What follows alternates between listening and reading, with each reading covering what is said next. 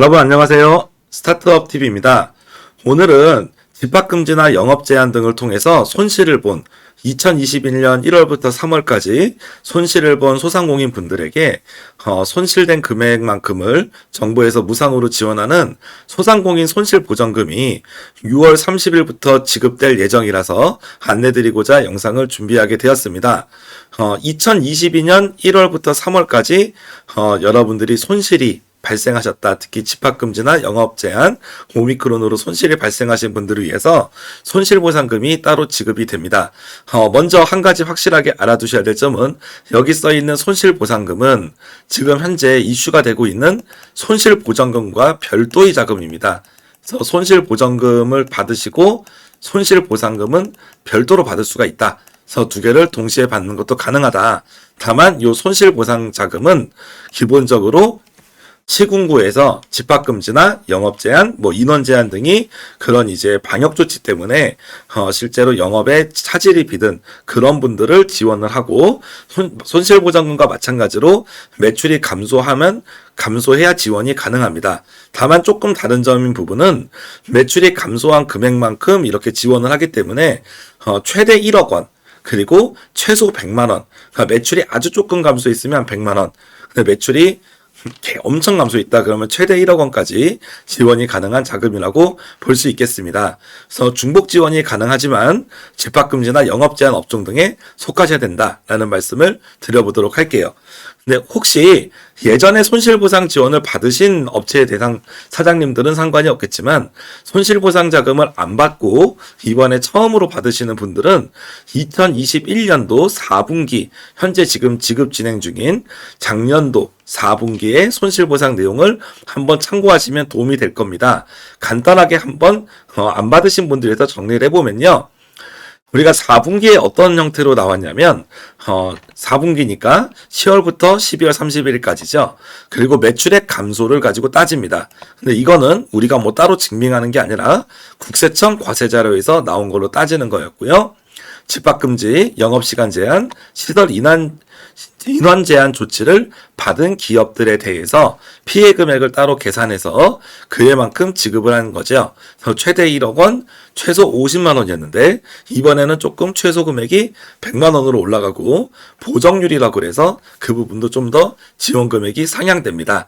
그래서 그 내용을 한번 보실 수 있는데 일단은 내가 손실보상금 앞서서 말씀드렸던 것처럼 600만 원 지원하는 손실보전금과 별도로 또 지원을 받을 수 있습니다. 이 손실보상금엔 다만 방역조치를 여러분이 임했어야 되고 해당 시설이나 업종에만 지원이 가능하다는 점 꼭 인지를 해두시는 게 좋겠습니다. 어떤 업종들이 있냐? 유흥시설, 식당, 카페, 노래방, 사우나, 목욕장, 실내체육시설, 영화관, PC방, 그죠? 마사지, 그리고 상점, 마트, 백화점, 입점사, 그리고 오락실, 독서실, 스터디 카페 이런 데들이 있고요. 그 다음에 쭉 보시면 학원, 그렇죠? 전시장, 키즈 카페, 숙박시설, 그리고 미용실 하시는 분들 생각보다 많이 계셨던 것 같아요. 미용실, 결혼식장, 이런 내용들입니다. 또 사람들이 많이 오는 직접 판매, 홍보장 이런 데들이 해당이 된다고 볼 수 있겠습니다. 그래서 여러분이 회사가 시군구에서 집합금지, 영업시간 제한 아니면 인원 제한에 해당되는 업종을 하고 계셨다면 이 손실보상금도 지원을 받을 수가 있고 그렇지 않은 소상공인분들은 이번엔 지원을 받을 수가 없다라는 말씀을 드려봅니다. 그래서 예전부터 작년 3분기부터 하던 사업인데요. 어떤 특징이 있냐? 연매출 30억 원 이하 중기업까지 확대됐다. 그래서 연매출이 큰 기업들도 가능하다. 그리고 보정률이라고 하는 거를 100%로 상향돼서 좀 더 자금을 더 주겠다. 그리고 하한액도 100만 원이기 때문에 여기서 정부가 계산해서 마이너스 10만 원으로 나왔다라고 한다면 그래도 최소 100만 원은 주겠다는 내용입니다. 그리고 이 손실보상금은 지금 신청할 수 있는 게 아니고 6월 30일부터 접수가 됩니다. 그리고 아직 구체적인 기준 같은 게 나오지가 않았고 아직은 지금 예고 단계입니다. 구체적인 기준이 나오는 대로 저희는 다시 또 소개해 드리도록 하겠습니다. 그래서 2022년 1분기 손실보상 기준을 지금 현재 의결된 상태고 아직 공고나 접수에 대한 구체적인 플랜은 좀 더 나와야 됩니다. 다만 전체적인 개요는 1월 1일부터 3월 31일까지 집합금지 영업시간 제한, 시설 인원 제한 조치를 이행을 해서 매출이 감소한 소상공인이거나 30억 이하의 중기업까지 포함된다라고 볼 수가 있고요. 2019년 매출 대비해서 2022년 일평균 손실액에 방역기관 이행 조치와 보정률을 적용하는 방식이다라고 볼 수 있습니다. 그래서 이제 여러분이 내가 처음 신청하시는 분들은 2022년 4분기 여기에 대한 공고문을 보셔야 되는데 소상공인 손실보상.kr에 들어가시거나 아니면 저희가 댓글로 가장 그 링크 주소를 올려드릴 테니까 그 내용을 보시고 공문을 보시면 될 것 같아요. 그래서 보통은 100만 원이 손실이 났다.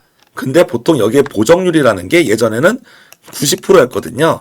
그래서 100만 원이 손실이 났으면 거기에 곱하기 90%에서 90만 원 줬다는 거예요.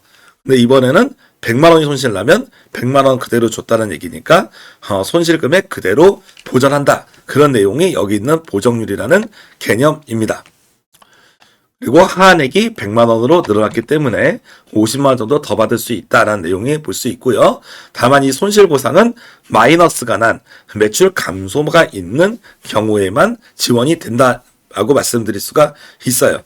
그래서 그 손실보상 어떻게 보면은 그 내용을 한번 쭉 좀 더 보면 기존에 손실보상 예전에 받았던 분들은 일단 500만 원 줬죠. 일단 500만 원 지원하고 나중에 그 손실보전금이 100만 원, 500을 넘는 경우는 뭐 따로 이렇게 뭐 그 갚으실 필요가 없지만 한 100만 원밖에 못 받았다. 그럼 400만 원은 1% 초저금리로 대출을 해주는 그런 선지급을 했었었죠. 실제로.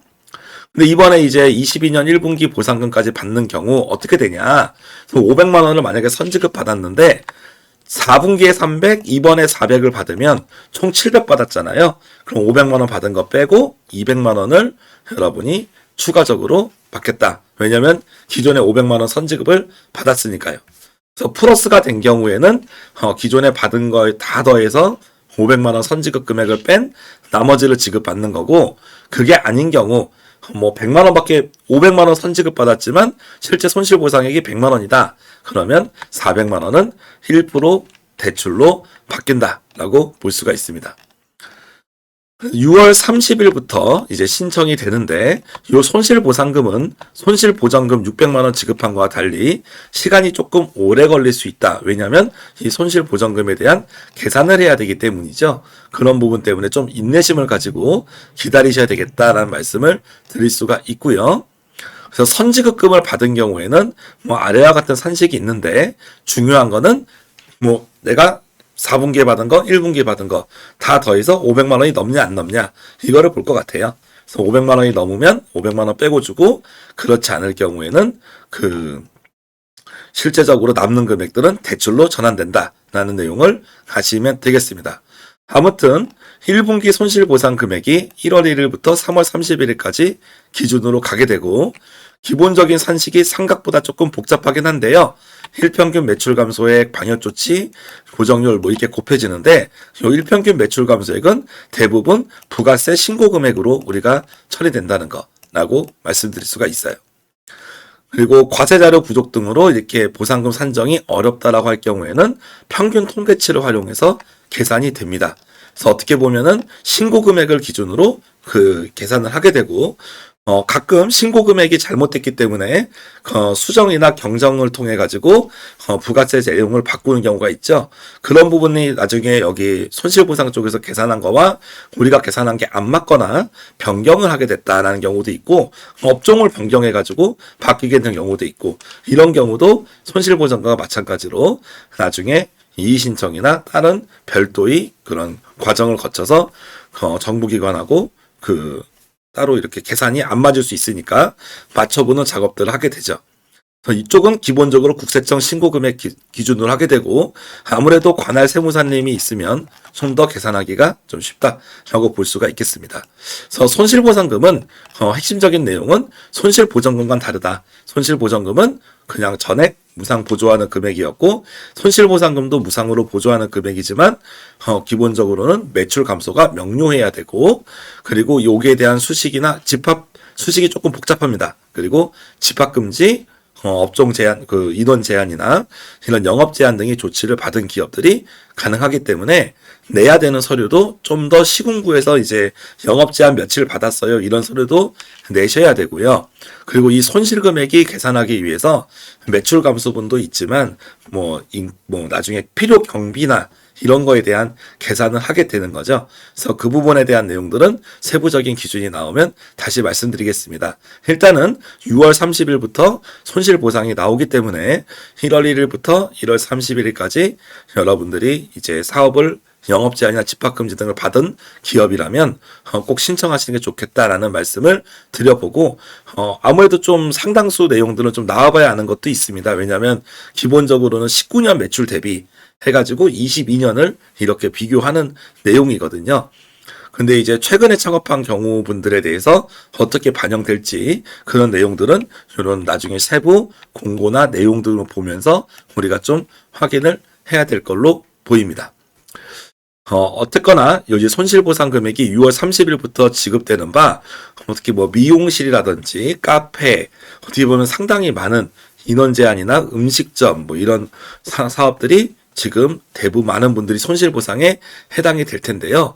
관심 있게 지켜보셨다가 여러분이 해당 사항이 된다면 조금 번거로워도 꼭 신청을 하시는 게 좋겠고 담당 세무사님이 같은 분들이 있다면 나중에 이 손실보상 금액을 계산할 때도 좀 더 도움이 되실 겁니다. 그래서 약간의 서류를 챙겨야 되는 불편함이 있지만 최대 1억 원, 최소 100만 원 정도 이렇게 지급되는 손실보상 금액은 금액 자체가 크기 때문에 여러분들이 할 수 있으면 꼭 신청을 하셔서 그동안 받았던 손실에 대해서 어느 정도 보상이 되셨으면 좋겠습니다. 저희는 좀 더 모니터링을 해서 나중에 좀 더 세부적인 기준이나 공고문이 나오면 다시 또 분석해서 여러분들하고 찾아뵙겠습니다. 오늘 영상 함께 해주셔서 감사합니다. 스타트업에게 도움이 되는 다양한 정보를 제공해드리고 있습니다. 좋아요와 구독, 알림 설정해주시면 큰 도움이 됩니다. 더욱 자세한 정보는 네이버 카페 창업자금연구소를 확인해주세요.